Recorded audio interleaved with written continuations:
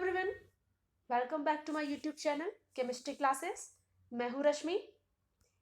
ये coordination chemistry का 5th part है। ओके, इसके प्रीवियस वीडियोस में हम लोग पढ़ चुके हैं कि कोऑर्डिनेशन कंपाउंड्स क्या होते हैं, ठीक है, और कोऑर्डिनेशन कंपाउंड्स कैसे बनते हैं। ऑक्सीडेशन स्टेट हो गया, कोऑर्डिनेशन नंबर हो गया, इफेक्टिव एटॉमिक नंबर हो गया, इनको कैसे कैलकुलेट किया जाता है। With a lot of examples हम लोगों ने इसे कैलकुलेट भी किया हुआ है। ओके, फिर हम लोगों ने देखा कि कोऑर्डिनेशन कंपाउंड का नॉमेनक्लेचर कैसे किया जाता है। ओके, तो इस पार्ट में अब हम लोग ये पढ़ेंगे कि जो कोऑर्डिनेशन कंपाउंड्स होते हैं, कोऑर्डिनेशन कंपाउंड्स में जो है बॉन्डिंग कैसे होती है, उनका स्ट्रक्चर कैसा होता है। ठीक है, तो उसके लिए कुछ थ्योरीज दी गई है। उसमें से कुछ थ्योरीज है जैसे कि ये वर्नर्स थियरी हो गया, वैलेंस बॉन्ड थियरी हो गई, क्रिस्टल फील्ड थियरी हो गई। ये कुछ थ्योरीज हैं जो हमें ये बताती है कि कोऑर्डिनेशन कंपाउंड्स में बॉन्डिंग कैसे होती है और उनका स्ट्रक्चर कैसा होता है। क्लियर है? तो इस पार्ट में हम लोग पहले डिस्कस करेंगे वर्नर्स थियरी। ठीक है, वर्नर थियरी से रिलेटेड जितने भी क्वेश्चन बन सकेंगे वो सारे क्वेश्चन हम लोग यहाँ पे डिस्कस करेंगे। तो लेट्स स्टार्ट। वर्नर्स थियरी, एक साइंटिस्ट थे अल्फ्रेड वर्नर। ओके, ये जो अल्फ्रेड वर्नर है इन्हें फादर ऑफ कोऑर्डिनेशन केमिस्ट्री भी कहा जाता है। ओके, तो ये जो वर्नर है इन्होंने कुछ कोऑर्डिनेशन कंपाउंड पे एक्सपेरिमेंट किए और एक्सपेरिमेंट करने के बाद से उन्होंने उससे रिलेटेड कुछ पोस्टुलेट्स दिए। उन्हीं पोस्टुलेट्स को कहा जाता है वर्नर्स थियरी। ओके, तो ये वर्नर्स थियरी रिलेटेड किससे है, हमें किसके बारे में बताती है? तो this theory explain about properties and structure of coordination compounds. Okay, ये वर्नर थियरी हमें कोऑर्डिनेशन कंपाउंड्स के प्रॉपर्टीज और स्ट्रक्चर के बारे में बताती है। ओके, तो इनका ये जो थियरी है, देखते हैं इसके क्या पोस्टुलेट्स हैं। एग्जाम में पूछ लिया जाता है वर्नर्स थियरी के बारे में। ओके, तो उसको जो है देख लेते हैं। According to this theory CMA यानी कि central metal atom, coordination compound में होता ना एक सेंट्रल मेटल एटम जिसको शॉर्ट में यहाँ पे लिखा गया CMA। तो CMA exhibits 2 type of valencies. Okay, तो फर्स्ट टाइप है प्राइमरी वैलेंसीज और सेकेंड टाइप है सेकेंडरी वैलेंसी।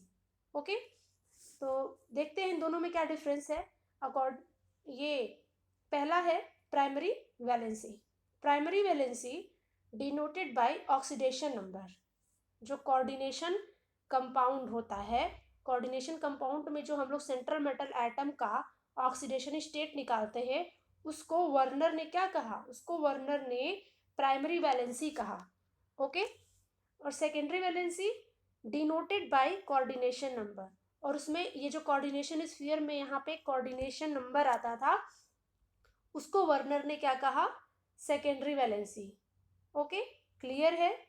यानी कि जो कोऑर्डिनेशन कंपाउंड में ऑक्सीडेशन स्टेट होता है किसका? सेंट्रल मेटल एटम का, वो होती है प्राइमरी वैलेंसी, और जो कोऑर्डिनेशन नंबर होता है वो क्या होती है?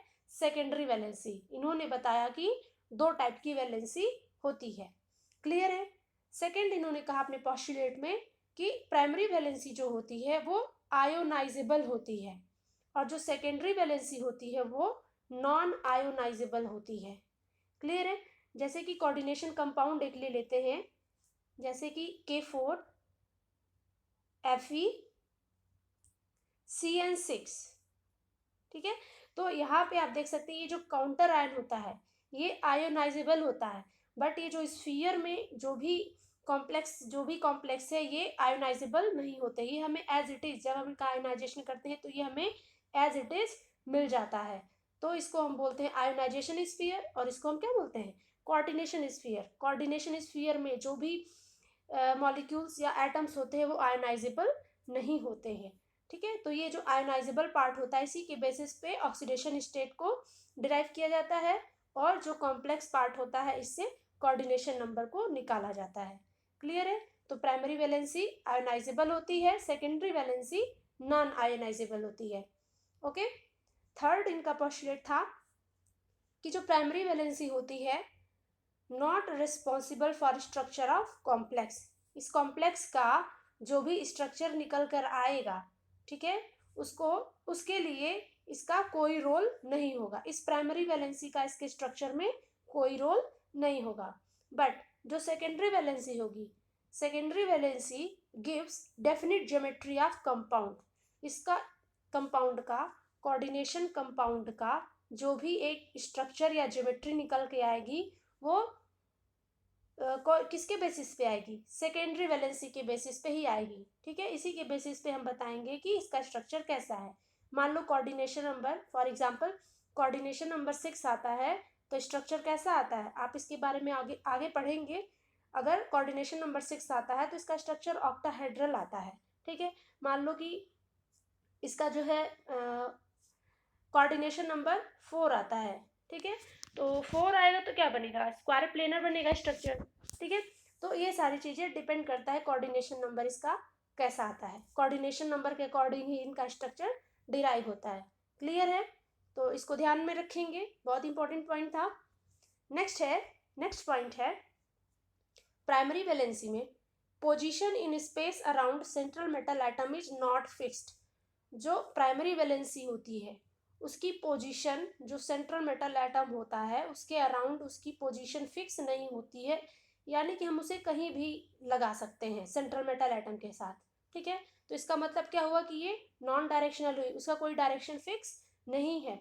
बट जो सेकेंडरी वैलेंसी होती है, position in space around central metal atom is fixed. उसकी जो पोजीशन होगी, सेकेंडरी वैलेंसी की जो पोजीशन होगी वो क्या होगी? एक फिक्स पोजीशन पे होगी, मतलब कि वो क्या होगी? डायरेक्शनल होगी, उसका एक पर्टिकुलर डायरेक्शन होगा। क्लियर है? ओके। लास्ट है रिप्रेजेंटेशन की। जो प्राइमरी वैलेंसी होती है उसे डॉटेड लाइन से, यानी कि डैश डैश लाइन से रिप्रेजेंट किया जाता है, और जो सेकेंडरी वैलेंसी होती है उन्हें एक थिक लाइन से रिप्रेजेंट किया जाता है। तो आप आसानी से उन दोनों में जो है डिफरेंस भी देख सकेंगे, ठीक है। तो ये कुछ चीज़ें थी प्राइमरी वैलेंसी और सेकेंडरी वैलेंसी में डिफरेंस, ठीक है, जो कि किस में आता है? वर्नर्स थियोरी के पोस्टुलेट्स में आता है। तो आप इसको याद रखेंगे। क्लियर है? तो अब एक एग्जांपल के थ्रू इनके पोस्टुलेट को समझ लेते हैं।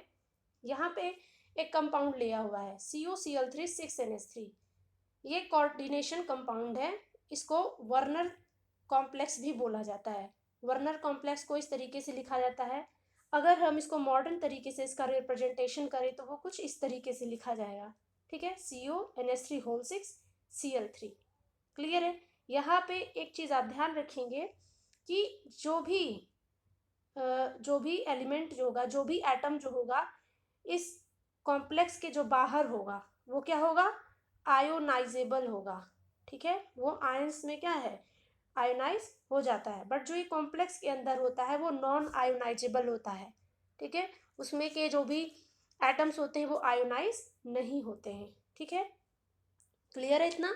तो आयोनाइजेबल है तो ये किसको रिप्रेजेंट करेगा? ये प्राइमरी वैलेंसी को रिप्रेजेंट करेगा। और जो ये है नॉन आयोनाइजेबल पार्ट, ये किसको रिप्रेजेंट करेगा? ये सेकेंडरी वैलेंसी को रिप्रेजेंट करेगा। तो इतनी बातें ध्यान में रखनी है। क्लियर है? आगे समझते हैं।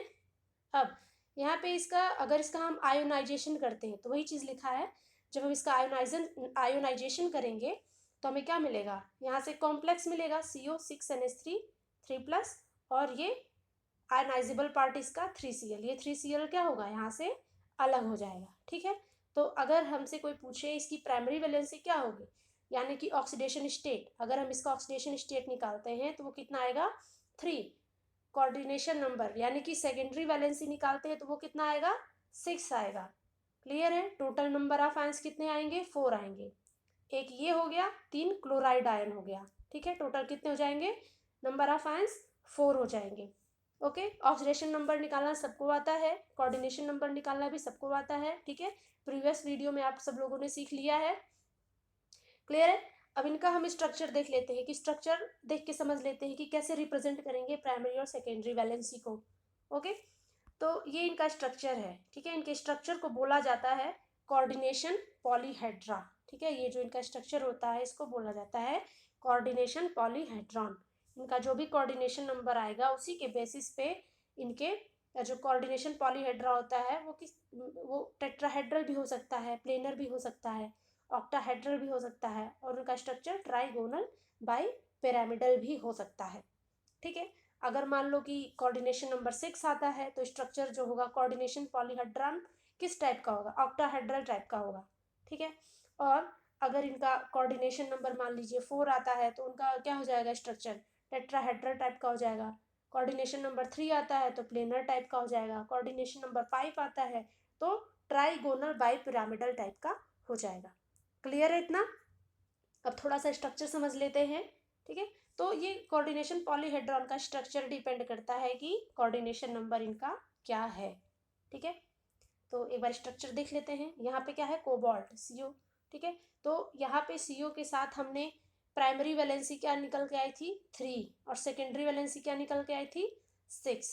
ठीक है, यानी कि 6 क्या होगी, थिक लाइन होगी और 3 क्या होगी, डॉटेड लाइन होगी। तो हम यहाँ पे दे सकते हैं 1 2 3 डॉटेड लाइन है, यानी कि ये क्या है, प्राइमरी वैलेंसी है। ये क्या है, ये भी प्राइमरी वैलेंसी है और ये क्या है, ये भी प्राइमरी वैलेंसी है। ओके, अब सेकेंडरी वैलेंसी 6 है। ठीक है, तो 6 आप थिक लाइन्स भी देख सकते हैं। ये एक थिक लाइन्स ये हो गई, ये दूसरी हो गई, तीसरी हो गई, चौथी, पांचवी और छठवीं। ठीक है, तो ये 6 हो गए। कौन से हो गए, ये सारे के सारे सेकेंडरी वैलेंसी हो गए। क्लियर है? चलते हैं आगे। यहाँ पे एक क्वेश्चन दिया है, क्वेश्चन के थ्रू भी समझ लेते हैं कि अब इसमें किस किस टाइप के और कितने क्वेश्चंस बन सकते हैं, उसको मैंने यहाँ पे लिख दिया है कि इस थ्योरी से जितने भी क्वेश्चन बन सकते हैं वो सारे मैंने यहाँ पे एक एग्जाम्पल के थ्रू आपको यहाँ पे लिख दिया है, आप देख लेंगे। जैसे कि मान लीजिए क्वेश्चन दे देगा आपको, कुछ कंपाउंड्स दे देंगे। ठीक है, इस कंपाउंड्स के बेसिस पे आपसे क्वेश्चन क्या क्या पूछ सकता है। पहली चीज़ तो आपसे ये पूछ सकता है, right the structure of each complexes on the basis of Werner's theory. Werner's theory के बेसिस पे आप उनका स्ट्रक्चर बनाइए। मतलब कि कितने डॉटेड लाइन वाले होंगे, ठीक है, और कितने थिक लाइन वाले होंगे, यानी कि प्राइमरी वैलेंसी कौन होगी, सेकेंडरी वैलेंसी कौन होगी स्ट्रक्चर में। ठीक है, और सेकंड क्वेश्चन आपसे पूछ सकता है, give the modern notation of all complexes. इनका मॉडर्न नोटेशन क्या होगा। ठीक है, जैसे कि अभी पहले एक हमने आपको बताया। थर्ड टाइप का क्वेश्चन क्या पूछ सकता है, find the primary and secondary valency. Okay, fourth आपसे क्या पूछ सकता है, find the number of ions in each complexes. Ions, number of ions पूछ सकते हैं। और एक क्वेश्चन ये बहुत इंपॉर्टेंट है, which one has highest molar conductivity. ये अक्सर पूछे जाते हैं, ये बहुत इंपॉर्टेंट क्वेश्चन है कि कुछ कंपाउंड दे देगा और आपसे पूछ लेगा कि इसमें से हाईएस्ट मोलर कंडक्टिविटी किसकी है। ठीक है, तो इनको एक सॉल्व करके देख लेते हैं सारे क्वेश्चन। ठीक है, तो देखते हैं यहाँ पे इन्हीं तीनों को लेकर के चलेंगे। इन तीनों का जो स्ट्रक्चर है, इनके बारे में जो भी है सब एक्सपेरिमेंटली प्रूव किया गया है। किसके द्वारा, वर्नर के थ्रू। ठीक है, वर्नर ने इन सब पे स्टडी की और इनके नेचर को, इनके स्ट्रक्चर को उन्होंने डिटेल में बताया। ठीक है, तो देख लेते हैं स्ट्रक्चर्स के बारे में। ये पहले का स्ट्रक्चर है। ठीक है, पहला जो कंपाउंड है ये दूसरे कंपाउंड का स्ट्रक्चर है और ये तीसरे का। ये उनका मॉडर्न नोटिफिकेशन, मॉडर्न नोटेशन दिया हुआ है। ठीक है, और ये तीसरा ये बताया गया है कि इसमें कितनी प्राइमरी वैलेंसी है और कितनी सेकेंडरी वैलेंसी है। तो ये चीज़ें सब में कॉमन है। ऑक्सीडेशन स्टेट यानी कि प्राइमरी वैलेंसी और सेकेंडरी वैलेंसी दोनों सब में क्या है, सेम ही है। प्राइमरी वैलेंसी 3 है और सेकेंडरी वैलेंसी 6 है। ठीक है, तो इसी को सेटिस्फाई करते हुए हम इसका स्ट्रक्चर क्या करते हैं, बनाते हैं और उसी के अकॉर्डिंग इनका मॉडर्न नोटेशन लिखते हैं। ठीक है, तो समझते हैं इसको। यहाँ पे लिखा है प्राइमरी वैलेंसी 3 है और सेकेंडरी वैलेंसी 6 है। ठीक है, तो यहाँ पे आप स्ट्रक्चर में देख सकते हैं जो कोबाल्ट है। ठीक है, और ये क्या है, COCl NH3 5Cl2। तो यहाँ पे जो पहला कंपाउंड दिया हुआ है, क्या दिया हुआ है, COCl3 5NH3। और जो हमने सबसे पहला एग्जाम्पल लिया हुआ था इसमें क्या था, COCl3 6NH3 था। ठीक है, तो यहाँ पे एक NH3 नहीं है, फिर भी इसका कोऑर्डिनेशन नंबर यहाँ पे 5 है, 5NH3 है। ठीक है, फिर भी यहाँ पे इसका कोऑर्डिनेशन नंबर क्या है, 6 है। ठीक है, तो इसी को समझ लेते हैं कैसे इसको मैनेज करेंगे। कोऑर्डिनेशन नंबर हमारा 6 आना चाहिए, सेटिस्फाई होना चाहिए स्ट्रक्चर में। तो कोबाल्ट है, तो पहले तो यहाँ हम 6 थिक लाइन्स यहाँ पे बना लेंगे। ठीक है, तो अब NH3 कितना है, 5, तो हम 5NH3 यहाँ पे लगा लेते हैं। ठीक है, 5NH3 भी हो गया, पर यहाँ पे एक थिक लाइन्स बच रही है, उस पर हम क्या लगाएंगे, तो उस पर हम Cl लगा देते हैं। क्या लगा देते हैं, Cl। तो ये जो Cl होता है ये किसकी तरह काम करने लगता है, ये जो Cl होता है ये प्राइमरी वैलेंसी की तरह भी काम करता है और सेकेंडरी वैलेंसी की तरह भी काम करने लगता है। ठीक है, इसलिए आप स्ट्रक्चर में देख सकते हैं यहाँ पे इस Cl को थिक लाइन से और डॉटेड लाइन दोनों से यहाँ पे इसको शो किया हुआ है। इसका मतलब ये हुआ कि ये Cl जो होगा प्राइमरी वैलेंसी भी शो कर रहा है और सेकेंडरी वैलेंसी भी शो कर रहा है। तो अब हम यहाँ पे बता सकते हैं कि कोऑर्डिनेशन नंबर 6 जो है वो सेटिस्फाई हो रहा है। ठीक है, 1 2 3 4 5 और ये क्या हो जाएगा 6। ठीक है, तो 6 कोऑर्डिनेशन नंबर इसका सेटिस्फाई हो रहा है। अब हमें 3 प्राइमरी वैलेंसी भी चाहिए, तो 3 प्राइमरी वैलेंसी के लिए Cl देख लेते हैं कितना है। Cl कितना है, Cl भी यहाँ पे 3 है, 3 Cl है जो कि डॉटेड लाइन से भी रिप्रेजेंटेड है। ठीक है, तो यहाँ पे अभी हमने बताया ही है कि जो Cl है वो प्राइमरी वैलेंसी की भी तरह काम कर रहा है और सेकेंडरी वैलेंसी की तरह भी काम कर रहा है। पर यहाँ पे डिफरेंस कहाँ पे आ जाएगा, डिफरेंस यहाँ पे ये आ जाता है कि पहले अब ये जो Cl है, ये जो डॉटेड लाइन से रिप्रेजेंटेड दोनों Cl है, ये दोनों तो आयोनाइजेबल होंगे। ठीक है, ये दोनों आयोनाइजेबल तो होंगे, पर ये जो Cl है जो कि प्राइमरी और सेकेंडरी दोनों वैलेंसी की तरह काम कर रहा है, ये आयोनाइजेबल नहीं होगा। आयोनाइजेबल नहीं होगा तो इसको कहाँ लिखेंगे, इस कॉम्प्लेक्स के अंदर लिखेंगे, और ये दोनों आयोनाइजेबल होगा इसलिए इसको हम कहाँ लिखते हैं, कॉम्प्लेक्स के बाहर लिखते हैं। ठीक है, तो क्लियर है इतना, यानी कि यहाँ पे ये जो Cl है ये कोऑर्डिनेशन नंबर में पार्टिसिपेट करता है। ठीक है, और ये दोनों भी क्या है, ये पार्टिसिपेट नहीं करते हैं। ठीक है, कोऑर्डिनेशन नंबर में, तो इसको हम बाहर लिख देते हैं। ठीक है, तो अब अगर पूछा जाए कि इसमें कितने आयंस बनते हैं जब इसको आयोनाइज किया जाएगा, तो देख लेते हैं। आयोनाइज करेंगे तो क्या होगा, आयोनाइज करेंगे तो आप यहाँ से देख के भी डायरेक्ट बता सकते हैं। आयोनाइज करेंगे तो हमें कितने आयंस मिलेंगे, यहाँ पे हमें मिलेगा एक तो ये कॉम्प्लेक्स पार्ट हो गया, एक ये हो गया। ठीक है, और यहाँ पे 2 Cl है यानी कि 2 क्लोराइड आयन मिलेंगे, यानी कि कितने आयन मिले, 2 क्लोराइड आयन हो गए और ये कॉम्प्लेक्स हो गया। टोटल कितने हो गए यहाँ पे आयंस, 3 हो गए। ठीक है, तो ये छोटी सी चीज आपको ध्यान रखनी है। इसी तरह से बाकी के एग्जाम्पल है उनको भी देख लेते हैं, वो भी क्लियर हो जाएगा। तो ये है COCl3 4NH3, यहाँ पे एक और NH3 कम हो गया। ठीक है, तो देख लेते हैं, यहाँ पे CO लिख लिया। अब हमें कोऑर्डिनेशन नंबर 6 तो सेटिस्फाई करना ही है। 6 थिक लाइंस बना लेते हैं यहाँ पे। ठीक है, 6 थिक लाइंस बन गई। NH3 कितने हैं, 4, तो ये 4NH3 यहाँ पे हमने ये इसे लिख लिया। ठीक है, अब हमें 2 और चाहिए, तो 2 और सेटिस्फाई करने के लिए यहाँ पे हम क्या लगा देते हैं, Cl लगा देते हैं। ठीक है, यहाँ पे 2 Cl लगा देंगे, तो ये Cl जो है, अब यहाँ पे क्या होगा कि 2 Cl जो होगा ये दोनों किसकी तरह काम करेंगे, प्राइमरी वैलेंसी और सेकेंडरी वैलेंसी की तरह। सिर्फ एक ही Cl ऐसा होगा जो सिर्फ प्राइमरी वैलेंसी की तरह काम करेगा। ठीक है, और ये क्या होगा, आयोनाइजेबल होगा। बाकी ये दोनों प्राइमरी वैलेंसी की तरह तो काम करेंगे पर आयोनाइजेबल नहीं होंगे क्योंकि ये सेकेंडरी वैलेंसी की तरह भी काम कर रहे हैं। ठीक है, तो ये चीज़ें हम थोड़ी सी ध्यान रखेंगे। क्लियर है, तो जब ये दोनों Cl सेकेंडरी वैलेंसी हो गए, नॉन आयोनाइजेबल हो गए, इसलिए इसको हम कहाँ लिखेंगे, इस कॉम्प्लेक्स के अंदर। ये आयोनाइजेबल है इसलिए इसको हम कहाँ लिखेंगे, कॉम्प्लेक्स के बाहर लिखते हैं। ठीक है, अगर हम इनका आयोनाइजेशन करें तो हमें कितने आयंस मिलेंगे, एक तो ये कॉम्प्लेक्स वाला हो गया एक आयन, और ये Cl हो गया एक ही Cl माइनस मिलेगा, तो एक ये आयन, दोनों मिला के कितने हो जाएंगे, टोटल 2 आयन हमें यहाँ से टोटल मिलेंगे।